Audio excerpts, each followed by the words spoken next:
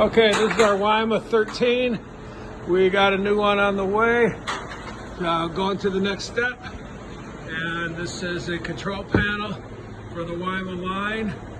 It's on one stand. You can see it all as one complete unit where the wiring is going down through the stand, underneath the pedestal, and back up for nice clean, nice clean trip-free zone. Got an e-stop button up there on the stage. Got a hopper here. Got my rotor here. And we got our gorilla magnet there as well. So this is a 2004 Weima 13.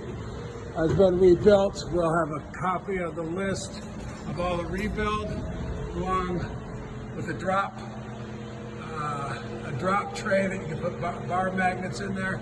We ended up not needing them anymore, so we took them and put them on a different project. Along with this stage, I am open to letting the stage go with the machine for a turnkey shredder, hopper, control panel, and a stage. So we're going to go ahead and fire up the machine and eat a couple pallets. Okay, so we got a plastic pallet in here for now. Just put one down in there, give you an idea what we got going. Is the impulse out? Oh, let's see.